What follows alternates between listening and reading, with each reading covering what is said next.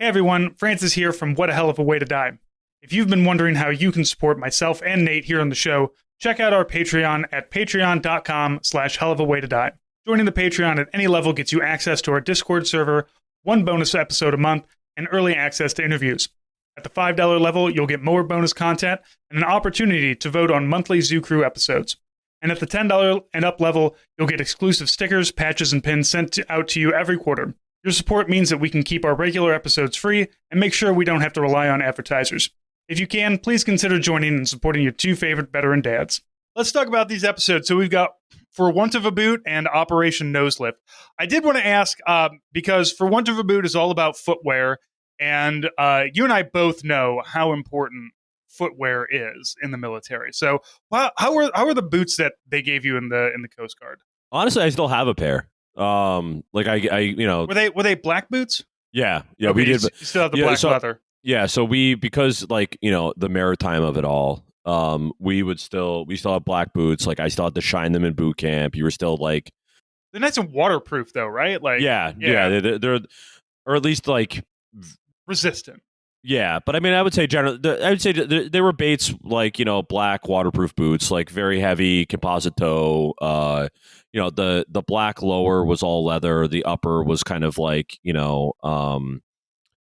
both like leather, but then also like, nylon or like whatever the fuck. And like, they weren't bad. I mean, they were heavy as shit, and like it was annoying that you had to polish them. And like, particularly once I became a boat engineer, I would tear them up real fucking quickly. So it was always like a constant battle between like, well, you should, what, Shocky, why aren't your boots shined? Well, Chief, because I was down in the engine room all day today, so they get tore the fuck up, and I don't want to leave black boot polish over the fucking, all over everything that I then also have to clean. It's like, well, you should really keep a second pair of boots, so when you go on watch, you can change into them. I'm like, I'm not fucking paying for that. That's so fucking stupid. I hate it. We had that in basic training. They gave us two boots, and then like, you should designate one as your field boots and one as your parade boots. And I ended up like getting a huge scar over the toe cap because I was mopping the bathroom, because that's what you do in basic training, and like the mop bucket, like I guess I didn't pick it up enough, and it didn't have wheels on it because it's basic training, and in 2001 we had no money,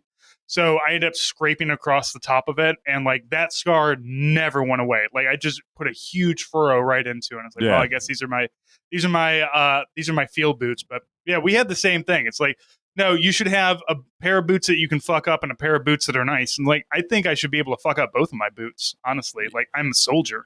Well, they only ever gave us like the one pair initially. So like, and then it was funny because I remember taking such like loving, using the little cotton ball and like, like shining them and everything. Because you had black lighter and everything. Yeah. Did you? Yeah. You can't. Yeah. Oh yeah. Because I forgot, because you had black boots, because when you joined, it was still BDUs. Yeah. I joined. Yeah. We had a guy in basic training who spoke absolutely zero English. He was a guy from, I think he was from Honduras. Spoke no English, but he could put a fucking mirror shine on a boot. Like, incredible work. Like I was put the boot, polish it, it looks shiny, whatever, fine. But this guy could be like, no, this is patent leather that he's doing. Yeah. So always very impressed with him. Yeah, no, I was really good at it because I had like shine my, because I'd shine my boots as a punk. So like I had like some idea of what I was doing. So like, yeah, it was. Like if we weren't cleaning our rifles, like there were times in basic training where everybody would just have to go down. You'd all sit back to back because so you can keep each other up. And you would just polish your boots, and that's it. You just sit there polishing your boots for 30 minutes, and it was ridiculous. And I fucking hated it. I hated it so much. Oh, see, I find it calming. I was just like, because I would be done after 10 minutes because I didn't give it that much of a shit. I'm like, look, I will meet your standards on this. It's a boot. Right. It was like, it was make work. It was keep the privates quiet for 45 minutes kind of thing.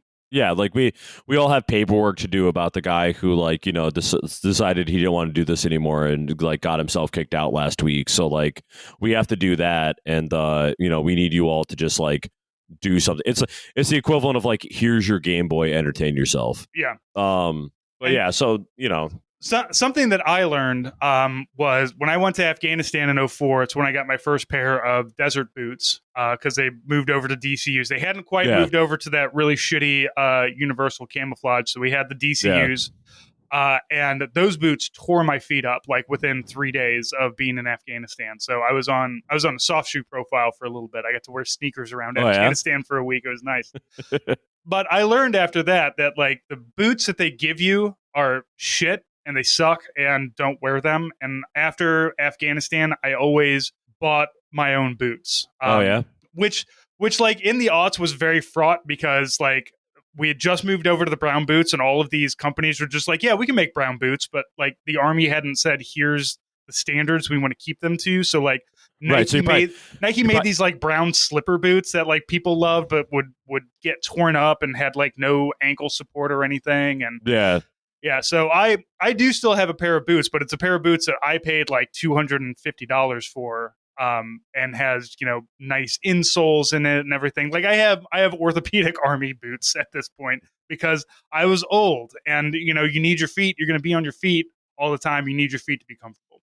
Yeah. I mean, they would give us, so we only got one pair of boot, but they would give us a new pair every year. It was, you know, it could basically just consider like a consumable. And so like I would generally try to keep like one slightly nicer pair, one like definitely like in the, you know, like working on a boat, working the buoy yard, like fucked up pair. And they were all like I think they were all made by Bates. They were all about of the same quality. I liked them. They were fine. Like definitely one of those, like it made me start to appreciate because, you know, they were waterproof. So like would definitely, you did need to like take them off at the end of the day and like let your feet air out because otherwise if you're wearing them for like 24 hours at a time, like, you know, all that foot sweat's just not going anywhere, not breathable at all. No, my moisture, you know, my feet would get wicked fucked up. But I never bought my own because mostly like, you know, they were just black boots, so it was always like, you know, a lot of my friends would buy like whatever like ones are marketed to cops, and like they all just looked kind of goofy to me. They were always just kind of like,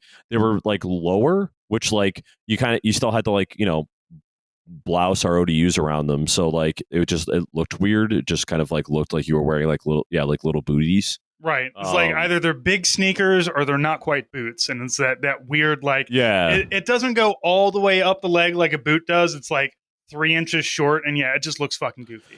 And also because like I knew that I would inevitably destroy one pair, and then whatever my, you know, other pair would be, like I was like, I'm not going to pay fucking money for this. Like you know, it's going to end up with oil and paint and all sorts of other shit on it. So fuck it. Yeah, I don't know. I mean, like there was definitely, and like we got them on a fairly regular basis, and also, you know, for some of our stuff, like if it was wicked cold outside and I was wearing a dry suit, we would wear like we had, you know, different boots that we were given for that were kind of more like Wellingtons that would, you know, slide over, like so, you know, and then I do know that as far as, you know, because I was thinking too that you guys probably got, you know, yelled at a lot because before there was official brown boots that you could buy.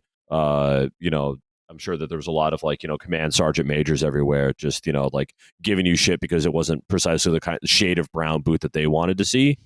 It was kind of back and forth, and now the company's like, because we've been doing the brown boots for 20 years, they know, and now you're not going to like if you go to clothing sales or if you search Army boots online, you're going to find something that falls within the proper you know, falls within regulations, I guess. And we the thing that I do miss is the jungle boots that had the that were like leather lower and then kind of a Gore-Tex kind of upper. It was a little bit more breathable, but it was very Vietnam era kind of boots. Oh yeah, so those were basically ours.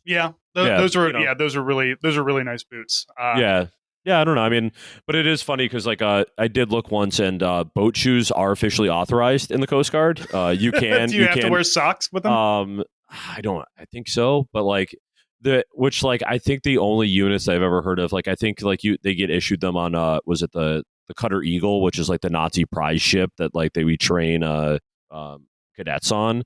And then I think I always heard rumors that there were occasionally like, you know, units in like Key West or like the Chesapeake or whatever, where maybe like Martha's Vineyard, where it's like you're boarding $1 million yachts, and so like you can wear boat shoes because they don't want to hear from like all the rich people who are like you know, having their boats boarded that you like, you know, fucked up some part of like stomped around, left streaks on the floor. Somebody has to go over there with like a little paper towel and wipe the rubber that you streaked all over the floor. Don't get your dirty Coast Guardiness all over the place.